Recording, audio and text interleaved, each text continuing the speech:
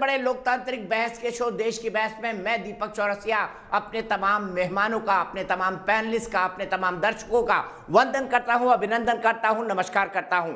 आप जानते हैं देश की बहस इकलौता बहस का शो है जो अपनी दर्शकों की राय के आधार पर चलता है। दर्शक जिस विषय को चुनते हैं उसी पर हम बहस करते हैं और दर्शकों की राय जानकर सीधे आप हमारे घर, अपने घर से लाइव जुड़ते हैं। दर्शकों की राय जानकर ही बहस की दशा और दिशा को आगे बढ़ाते हैं, उसे धार और रफ्तार देते हैं। आज पब्लिक के मंच में जुड़ेंगी रितिका राज मुजफ्फरनगर से, शिखर शुक्ला दिल्ली से, श्रीनिकेतन मिश्रा वाराणसी से और दुर्गेश नानीवाल नोएडा से। इतने सारे लोग पब्लिक के मंच में होंगे, लेकिन आज का विषय आपने क्या चुना है? पीएम मोदी का यूनाइटेड नेशन सिक्योरिटी काउंसिल के मंच से दुनिया को क्या संदेश? यूनाइटेड नेशन सिक्योरिटी काउंसिल की आज पहली बार भारत ने अध्यक्षता की है। ये भारत के सिर पर लगा एक और मुकुट है। इससे पहले कभी भारत ने यूनाइटेड नेशन सिक्योरिटी काउंसिल की अध्यक्षता नहीं की है। आज प्रधानमंत्री ने अध्यक्षता करते हुए समुद्री सुरक्षा पर बात की। उन्होंने साफ साफ कहा कि समुद्री रास्ते का आतंकवाद के रूप में इस्तेमाल ना हो। आप जानते हैं मुंबई हमला जो हुआ था उसमें कराची से समुद्री रास्ते से पाकिस्तानी आतंकवादी चले थे, जिसमें अजमल अमीर कसाब भी था, जिसे बाद में एक पूरी न्यायिक प्रक्रिया के बाद फांसी दी गई। तो समुद्री रास्तों का आतंकवाद के लिए इस्तेमाल ना हो, अभी ऐसा हो रहा है। साथ ही साथ जो चीन समुद्र में कब्जा करने की कोशिश करता है उसको भी चेताया गया, उससे भी कहा गया कि विस्तारवादी नीतियों से बाज आया जाए। ऐसे देशों का जिक्र किया जो समुद्र के अंदर विस्तारवादी नीतियां बना रहे हैं, फैला रहे हैं। प्रधानमंत्री ने यह भी कहा कि अंतर्राष्ट्रीय समुद्री सीमा का आपस में बातचीत करके निर्णय होना चाहिए। सवाल यहां पर कई खड़े होते हैं, पाकिस्तान अब कहां खड़ा है? पाकिस्तान जो अपने कर्ज पर ब्याज चुकाने के लिए हाथ में कटोरा लेकर भीख मांग रहा है, क्या उसे भारत की यूनाइटेड नेशन सिक्योरिटी काउंसिल की अध्यक्षता पचेगी? इस पर भी बात होगी। साथ ही साथ वो विपक्षी दल जो कहते हैं कि भारत की विदेश नीति असफल रही, क्या वाकई रही जब हमें यूनाइटेड नेशन सिक्योरिटी काउंसिल की अध्यक्षता करने का मौका मिला? इस पर भी बात होगी। लेकिन सबसे पहले देख लेते हैं प्रधानमंत्री ने यूएनएससी के मंच पर क्या कहा।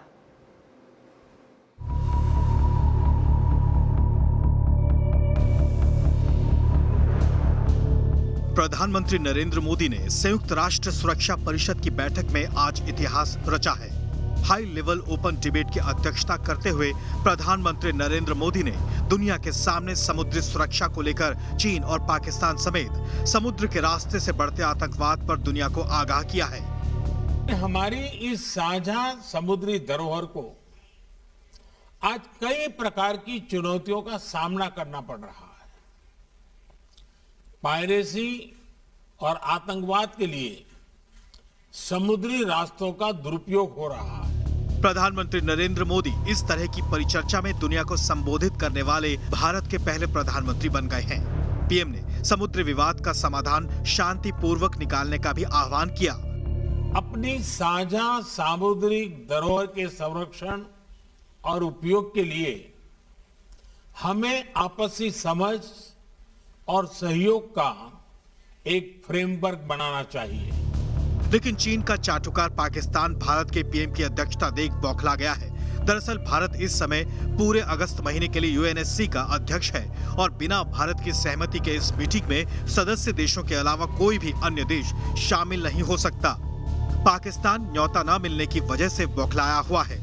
चाइना और पाकिस्तान के लिए एक बड़ा संदेश जाएगा, क्योंकि मरीन सिक्योरिटी जो है बहुत ही लाजमी है। आज चाइना जो है freedom of navigation, freedom of air space को चैलेंज कर रहा है। पाकिस्तान का आका भी चीन समुद्री रास्ते से भारत के खिलाफ कोई न कोई षड्यंत्र रचता रहा है, लेकिन चीन भूल गया है कि ये वो 1962 का भारत नहीं है। अब भारत बोलता है तो दुनिया सुनती है। देश की बहस में चर्चा है कि यूएनएससी में भारत की अध्यक्षता करना सफल विदेश नीति का ही हिस्सा है। तो देश की बहस में सबसे पहले पाकिस्तान पर बात होगी, उसके बाद बात करेंगे डोमेस्टिक पॉलिटिक्स की। लेकिन सबसे पहले देख लेते हैं देश की बहस में हमने आज क्या सवाल पूछा है। सवाल सीधी बात है, यूनाइटेड नेशन सिक्योरिटी काउंसिल की अध्यक्षता से ही जुड़ा हुआ है। ग्राफिक के जरिए जल्दी से देख लेते हैं आज क्या सवाल है हमारे सामने। सवाल सवाल इससे भी जुड़ा हुआ है कि क्या भारत की कूटनीति की ये जीत नहीं है कि 1 महीने के लिए भारत को यूनाइटेड नेशन सिक्योरिटी काउंसिल का अध्यक्ष बनाया गया और उसकी मर्जी के बिना कोई भी देश सुरक्षा परिषद की मीटिंग में शामिल नहीं हो सकता। यूएनएससी की अध्यक्षता करना भारत की सफल विदेश नीति का हिस्सा है। हाँ या ना में आप जवाब दे सकते हैं। जवाब देने के तरीके आपको पता है। आप हमारी वेबसाइट पर जा सकते हैं, आप हमारे मोबाइल ऐप पर जा सकते हैं, आप हमारे ट्विटर हैंडल @NewsNation TV पर जा सकते हैं, आप हमारे फेसबुक पेज पर जाकर भी वोट कर सकते हैं। कार्यक्रम के बारे में कोई राय है, सुझाव है, आप शो में शामिल होना चाहते हैं तो हमें 9711002266 पर व्हाट्सएप करें। सीधे अपने बड़े पैनल को इंट्रोड्यूस करता हूं। मेरे साथ भारतीय जनता पार्टी की राष्ट्रीय प्रवक्ता शाजिया इल्मी जी जुड़ गई हैं। मेरे साथ अब्दुल समद याकूब प्रवक्ता हैं पाकिस्तान तहरीक इंसाफ यानी इमरान खान जो सत्ताधारी पार्टी है उसके, वो मेरे साथ जुड़ गए हैं। मेरे साथ अजीम भट्ट जुड़ गए हैं जो कि एक पॉलिटिकल एनालिस्ट है, दोनों पाकिस्तान से है। साथ ही साथ मेरे साथ मेजर जनरल GD बख्शी जुड़ेंगे जिनका कद उनके पद से बहुत बड़ा है, जाने माने रक्षा विशेषज्ञ हैं। ठीक है, शाजिया के पास चलता हूं। शाजिया, कितनी बड़ी सफलता है देश की ये जब भारत को यूनाइटेड नेशन सिक्योरिटी काउंसिल की अध्यक्षता करने का मौका मिल रहा है, और पाकिस्तान के लिए क्या संदेश है इसमें? ये बहुत ही बड़ा दिन है और बहुत ही बड़ी डिप्लोमेटिक की विजय है हमारे लिए कि हमारे देश का प्रधानमंत्री अध्यक्षता कर रहा है और इतने ज़रूरी और मौजू पर। और क्योंकि आप जानते हैं मैरीटाइम सिक्योरिटी, समुद्री रास्ते में किस तरह से वहाँ पे चाइना एक तरह से बुलिंग कर रहा है, बुलडोजिंग कर रहा है, कोई ना कोई षड्यंत्र रच रहा है, और किस तरह से वहाँ पे अध्यक्षता हमारे प्रधानमंत्री जी ने की है, भारत ने की है। तो जाहिर है भारत के लिए, भारत की कूटनीति के लिए, भारत की फॉरेन पॉलिसी के लिए और उसकी मजबूती का ये बल का मुजाहिरा है अपने आप पे पूरी दुनिया के सामने। तो मुझे लगता है हर तरह से, चाहे वो ओलंपिक्स हो या आज की जो अध्यक्षता है जो अभी जारी रहेगी, अपने आप भारत का लोहा जो है माना जा रहा है। इंडिया मैटर्स, इंडिया क्या सोच रहा है, किस तरह से इंडिया की सोच है और किस तरह से वो काउंटर कर रहा है चाइना जैसे बड़े प्लेयर को पूरे वर्ल्ड में, ग्लोबल थिएटर में अगर आप देखेंगे तो अपने आप में ये बहुत बड़ी उपलब्धि है। और हर एक भारतीय और हर एक इंसान जो चाहता है कि जी, हर एक भारतीय के लिए है ये, इसको हमें मुझे लगता नहीं है कि पार्टी की नजर से देखना चाहिए, हमारे देश के लिए बहुत बड़ी उपलब्धि है। बिल्कुल नहीं देखना चाहिए, बिल्कुल नहीं देखना चाहिए। और मैं सीधे चलता हूं डॉक्टर इरशाद अहमद लोन के पास, पाकिस्तान मुस्लिम लीग नवाज शरीफ के नेता हैं। लोन साहब, अहमद साहब, मैं आपसे जानना चाहूंगा ये क्या हालत हो गई पाकिस्तान की? आप कर्जे पर ब्याज चुकाने के लिए भीख का कटोरा मांगकर दुनिया के सामने खड़े हैं, आपको सिक्योरिटी काउंसिल में बुलाया भी नहीं जा रहा है और भारत अध्यक्षता कर रहा है। आप कहाँ हैं और हम कहाँ हैं? शर्म नहीं आती पाकिस्तान के हुक्मरानों को इस बात को देखकर? मेरा ख्याल है कि आप हमेशा पाकिस्तान को लेकर के परेशान रहते हैं। आपकी परेशानी किसी दिन दूर करेंगे हम लोग इंशाल्लाह। और ये डिप्लोमेसी होती है, इससे कोई फ़र्क नहीं पड़ता पाकिस्तान को। अगर आपको बुला लिया और हमें संदेशा नहीं दिया तो इससे हमें कोई फ़र्क पड़ नहीं रहा है। तो आप खुश हो लीजिए। मैं कहता हूँ कि मतलब अच्छा, आपकी खुशी हम देखते हैं। अब 14 अगस्त, मतलब आप डिप्लोमेसी समझते ही नहीं याकूब साहब? याकूब साहब, आप डिप्लोमेसी समझते ही नहीं, मुझे लगता है। आपको भी समझते हैं, हम आपको भी समझते हैं, डिप्लोमेसी भी समझते हैं। हम वही बात कर रहे हैं कि क्यों खुशियां मनाते हैं आप? कोई थोड़ा सा भी नुकसान होने का खतरा हो? वैसे तो पाकिस्तान को नुकसान होने वाला कुछ है नहीं।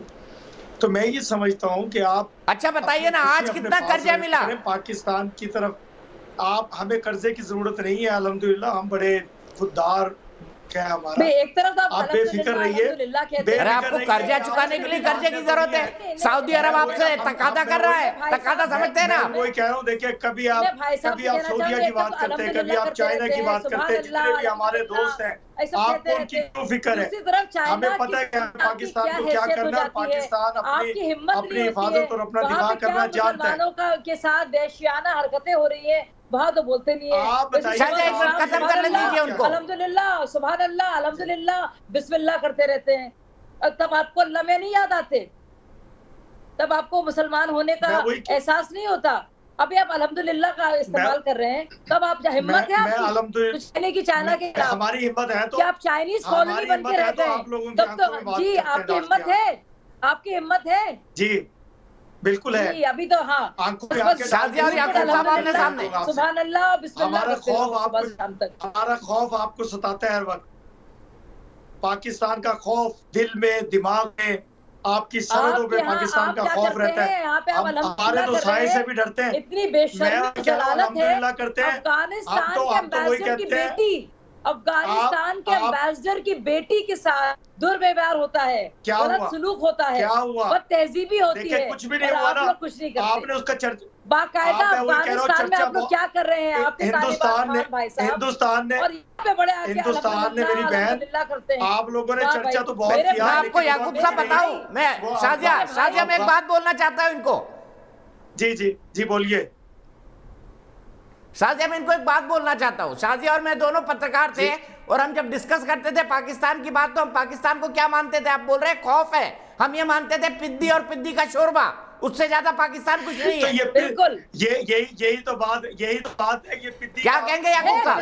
तभी तो बिल्कुल आप पिद्दी तो कह रहे हैं, लेकिन पिद्दी से डरते क्यों हैं?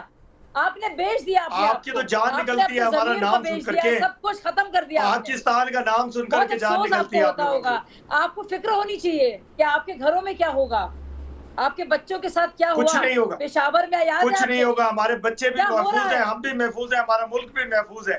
आप अपनी फिक्र कीजिए। लगता है जब आप सांपों को जब पालेंगे, बड़े बड़े अजगर को पालेंगे, मसूद अजहर जैसे लोग पाए जाएंगे, ओसामा पाए जाएंगे, तक महफूज रहेगी आपके घर भी। आप सोचिए कितने आप कितनी खैर मनाएंगे, कितनी खैर मनाएंगे आप बताइए। खैर मैं ये बता रहा हूँ कि आपका ये ख्वाब कभी पूरा नहीं होगा। ये हमारे कहावत है, बकरे की माँ कब तक खैर मनाएगी? हमें मैं वही याकूब साहब, खान आपको आपके साथ वो होगा, खान साहब होगा कि आपको खान साहब हमारे कहावत है जो पाकिस्तान पर लागू होती है, बकरे की माँ कब तक खैर मनाएगी?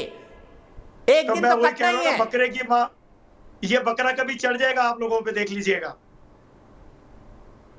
ये देख लीजिएगा। आप बकरा मुल्क ना समझे आप, ये एटॉमिक पावर है, ये एटॉमिक पावर है। इसको आप ये याद रखिए, ये एटॉमिक पावर है और पाकिस्तान एक ताकत है।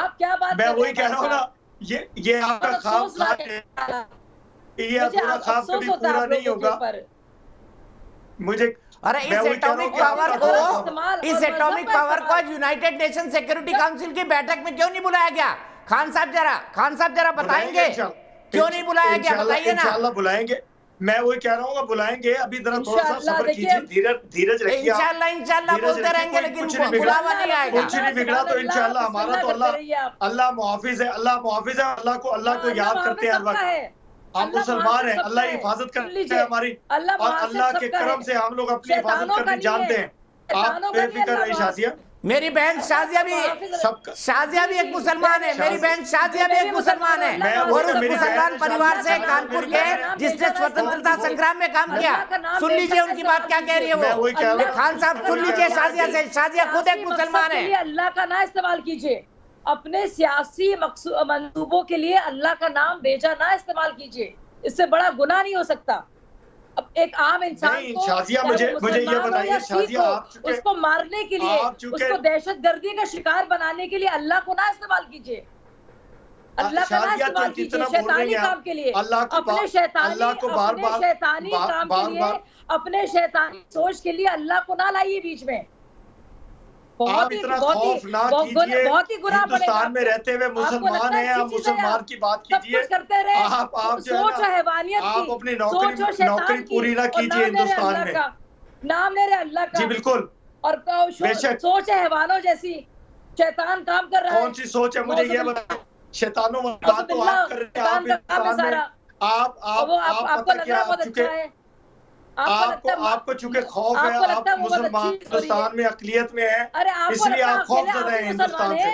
आप उनके फेवर में बोल रही हैं, आप उनके फेवर में इसलिए बोल रही हैं कि उनके मुल्क में बैठी हैं आप, हमारे कश्मीर में हमारे मुसलमान भाई बहनों को शाजिया, मैं अपने हिंदुस्तानी बहन मुसलमानों की भी हम हिफाजत कर सकते हैं। मैं आपकी बहन हूँ, मुसलमान भी हूँ, मैं बता दूं आपको। जी मैं वही कह रहा हूँ, अल्लाह का बेजा नाम ना लीजिए, शैतानी कामों के लिए अल्लाह का नाम ना लीजिए। अल्लाह सबका है, एक ही अल्लाह ने, एक ही ईश्वर ने सबको बनाया है। अल्लाह का नाम सियासी कामों के लिए, मंसूबों के लिए ना लीजिए, ये बहुत बड़ा गुनाह है। शाजिया मजहब को ना लाइए, मजहब को इस्तेमाल ना कीजिए, मजहब का नाम, और इस्लाम मजहब को बदनाम ना कीजिए। ठीक है, मजहब को मैं बदनाम सीधे ना को बदनाम नहीं करो। मजहब, आप अपने मजहब मजहब को के ना खिलाफ बदनाम बात कर रहे हैं। अब्दुल आप अपनी समद नौकरी याकूब पूरी कर रही साहब हैं के पास हिंदुस्तान चलता में। हूँ। आप पीटीआई के डरिए ना, प्रवक्ता आप याकूब डरिए साहब ना, मुझे ये इंडिया से ना बताइए, डरिए। इमरान आपकी खान भी की हिफाजत कर रहनुमाई सकते में हैं ये कैसे दिन आ गए कि भारत तो यूनाइटेड नेशन सिक्योरिटी काउंसिल का अध्यक्ष बन गया, लेकिन पाकिस्तान को इनविटेशन नहीं मिला? इतने बुरे हालात पाकिस्तान के, और आप अपने आप को न्यूक्लियर नेशन क्लेम करते हैं। यूनाइटेड नेशन की सिक्योरिटी काउंसिल की कुछ एक महीने के लिए आपको जो ये चेयरमैनशिप मिली है, ये इसी तरह से ही है कि जैसे बंदर के हाथ में माचिस देना। इतनी नीच सोच रखने वाला मुल्क जब ये 6th परमानेंट मेंबर बनने की कोशिश कर रहा है, तो आप जाने देखे सोचे कि क्या होगा कि अगर भारत को यूनाइटेड सोच नेशन का वो है परमानेंट जो मेंबर बना अल्लाह दिया के नाम जाए। पर जिहाद करती है। भारत नीच परमानेंट सोच मेंबर वो बन है गया जो ओसामा बिन तो लादेन और आप ये मुल्ला उमर को सोचें अपने घर रखती कि है। इस नीच खित्ते सोच में वो है अमन जो की क्या पेशावर सूरत में हाल बच्चों होगी। का कत्लेआम करती है। आप दीपक जी आप ना अब मैंने आपको एंकर बताया ना, पर्सन नीच रहे, सोच क्या है? आप भी नीच गेस्ट सोच की वो तरह है मिलके जो अल्लाह के नाम पर जिहाद करवाती है। नीच सोच वो है जो चीन को अपना आका बनाती है, जहां पर मुसलमानों को सबसे ज्यादा प्रताड़ित किया जाता है, सुअर का मांस खिलाया जाता है। अच्छा अब अगर खुदा ना चलिए, राम खास्ता, राम खुदा आपने ना बोला, आप खास्ता, डर जो गए। आप एफर्ट कर रहे हैं, जो आप अगर आप मेंबर बन गए तो उस खित्ते का क्या हाल होगा, क्या करेंगे? यानी कि आप तो हर छोटी बात पे विटो पावर नहीं यूज करना शुरू जो करेंगे। देखिए, जो वही हम होगा कर कि रहे हैं, जैसे बंदर के जैसे शाजिया जी वही होगा, जैसे अगर आपके हाथ में विटो पावर आ गई तो इसी तरह, बिल्कुल इसी तरह जैसे बंदर के हाथ में माचिस वो दे दी जाए, वो बेचारा सर, आप पता नहीं हिंदी क्या कुछ फिल्में जला के देखते रख हैं? दे। आप हिंदी फिल्में देखते हैं? मैं बहुत कम देखता अरे हूँ, बहुत कम याकूब देखता साहब, हूँ, आप लेकिन मैं हिंदी पसंद फिल्में करता देखते हूँ। हैं कि नहीं देखते हैं? गोविंदा के फैन है कि पसंद नहीं करता है? हूँ, उनका एक बड़ा गाना है हूँ, बहुत लेकिन अच्छा, तुझे मिर्ची लगे तो मैं क्या करूं। आपने सुना है वो गाना? ये गाना पाकिस्तान में फिट बैठता है, तुझे मिर्ची लगे तो मैं क्या करूं। भाई हम तो अध्यक्ष बन गए, आपको मिर्ची लग रही है। जहाँ पे दीपक जी कम से कम आप तो अपना म्यार इतना ना गिराए ना कि अब आप हिंदी फिल्मों में जो है ना वो मिर्चों की बातें लेके बैठ जाएं। हमें मिर्ची की खुशबू का पता, बारूद की खुशबू का पता है, जो हम आपको अच्छी तरह सब चुरा चुरा के आपके फौज जानते वाले हैं। पायरेसी करते हैं हिंदी फिल्मों की, उसी से कमाते हैं। देखिए वो तो फिर छोटे आपके फौज वाले हिंदी फिल्मों की पायरेसी करके ही कमाते हैं, उसका रैकेट चलाते हैं वहां पे, आपको नहीं पता क्या? वो आप हमसे लेते हैं। मिर्चों की बात ना करें, फिर मैं बारूद की बात करूंगा जो कि आपको तकलीफ देगी। बारूद की बात बड़ी तकलीफ देगी आपको। फिर छोड़े इस बात को, आप आगे चलें। याकूब साहब छोड़िए ना, बलूच लोगों को आपने जबरदस्ती कब्जा कर रखा है, मारेंगे ही आपको वो। इनकी मजबूरी है। ठीक है, आरएसएस के साथ जुड़ गए अंतर्राष्ट्रीय रक्षा विशेषज्ञ ये कह रहे हैं कि भारत जैसे गैर जिम्मेदार देश को यूएनएससी की अध्यक्षता मिली है, चेयरमैनशिप मिली है सिंह साहब, तो क्या पाकिस्तान को दे देनी चाहिए, जिसका काम ही जिहाद से शुरू होता है, नाम ही जिहाद से शुरू होता है?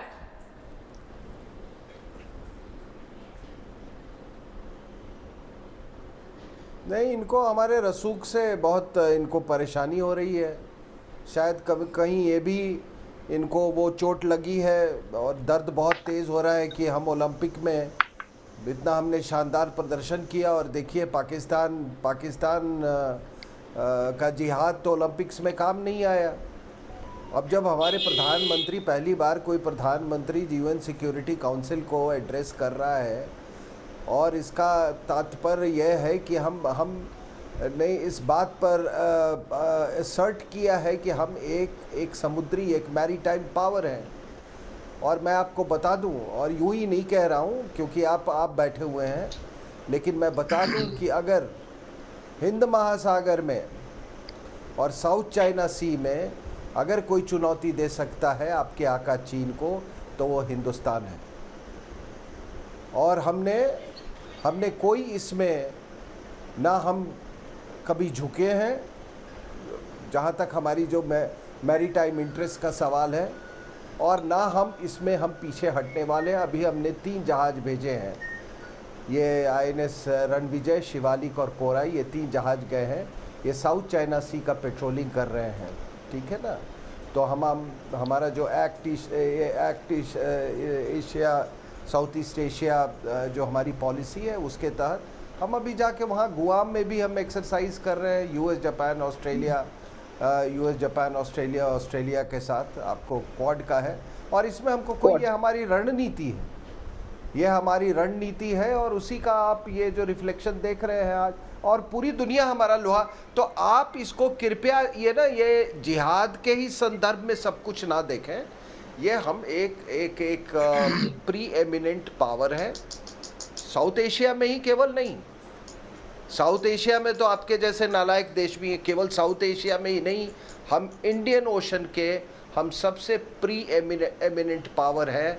और उसी का आप एक दृश्य आप अभी देख रहे हैं, हमारे प्राइम मिनिस्टर साहब एड्रेस कर रहे हैं यूएन सिक्योरिटी को। ये हमारी शाख है, आपकी शाख तो जिहाद के ऊपर टिकी हुई है, हमारी शाख आप देख रहे हैं ओलंपिक से लेके और ये मैरीटाइम डोमेन तक। तो थोड़ा देख लीजिए, अपने आप पे झांक लीजिए, लेकिन नहीं, आप नहीं कर सकते। देखिए सॉरी आपको इंटरप्ट कर रहा हूं, आपने ओलंपिक्स की बात की, आपने ओलंपिक्स की बात की, मुल्क बना, वो जो जिहाद के नाम पे मुल्क बना, वो उसकी इतनी सर जिहाद के नाम पे जो मुल्क बना, उसकी इतनी बड़ी सोच हो ही नहीं सकती है।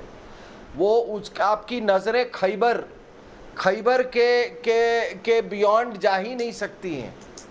और आप देखिए, आपने कभी भारत का नक्शा देखा है? आप भारत का नक्शा देखिए और देखिए कि हम किस तरीके से हम पूरे इंडियन ओशन को कमांड करते हैं। मतलब भारत का नक्शा मैं कह रहा हूँ, मतलब अगर दुनिया का नक्शा देख लें, दोनों ईस्टर्न सी बोर्ड और वेस्टर्न सी बोर्ड हम किस तरह से कमांड करते हैं। और मैं आपको बता दूं कि ये पूरा जो आप देख रहे हैं ना, इंडियन ओशन रिम कंट्रीज़, हमारे नालंदा यूनिवर्सिटी में ये पूरे इंडियन ओशन रिम कंट्री से लोग आते थे। हमारा जो वर्चस्व जो था, आपको आज भी मालूम है कि हमारी पहचान जो इंडोनेशिया में जो लोग हैं वो क्या नाम रखते हैं, उनका रुक जाइए अपने हिंदू याकूब साहब रुक जाइए, मैं आ रहा हूं आपके पास। सिंह साहब को कंप्लीट करने दीजिए। हम एक सिविलाइजेशनल, हम एक सांस्कृतिक, हाँ हम एक सांस्कृतिक पावर है। और मैं नहीं समझता कि आपसे हमारा मतलब कोई किसी मुद्दे पर हमारा डिबेट भी हो सकता है। अगर हिंदुस्तान में आपके साथ कोई डिबेट करता है तो ये वो समय गंवाने वाली बात। हम कहाँ, आप हमारी संस्कृति से निकले हो साहब, आपसे क्या डिबेट करना। आप हमारी कोई नई संस्कृति आप बना रहे हो। जो भाषा मैं जो बोल रहा हूँ ना, और जिस भाषा में आप बोल रहे हो वो भी भाषा संस्कृत से निकली हुई है सर। जिस भाषा में आप डिबेट कर रहे हैं वो भी संस्कृत से निकली हुई है, क्योंकि उर्दू नाम की कोई लैंग्वेज दुनिया में है नहीं। उर्दू में सीधे याकूब साहब के पास चलता हूं। भाषा में 100% वर्ब्स हो, वर्ब्स अगर संस्कृत और हिंदी से लिए गए तो इसीलिए हम आपसे हमको इस पे डिबेट करने की कोई जरूरत नहीं है। देखें, ठीक है याकूब साहब, आज हम सिक्योरिटी काउंसिल के चेयरमैन हैं, लेकिन पाकिस्तान और आपके लीडर की हालत ऐसी क्यों हो गई है कि सऊदी अरब चलते चढ़ते प्लेन से उनको उतार देता है। मतलब इतनी बेइज्जती किसी प्रधानमंत्री की मैंने आज तक नहीं देखी। और आपका सबसे खास मित्र सऊदी अरब। सबसे पहली बात, आपको बहुत बहुत मुबारक हो कि आपने ओलंपिक्स में दिल से मुबारक दे रहा हूँ आपके ओलंपियंस को, आपके गोल्ड मेडल्स को, क्योंकि वो भी इसी धरती के हैं। खुशी होती है कि जब वो वेस्ट को या जर्मन्स को या आयरिश को हराते हैं तो खुशी होती है। पहली बात तो ये। दूसरी बात, हमें कोई मसला नहीं है पाकिस्तान को कि जी आप सिक्योरिटी काउंसिल के परमानेंट मेंबर बने, आप इस रीजन को लीड करें, हमें कोई इशू नहीं है।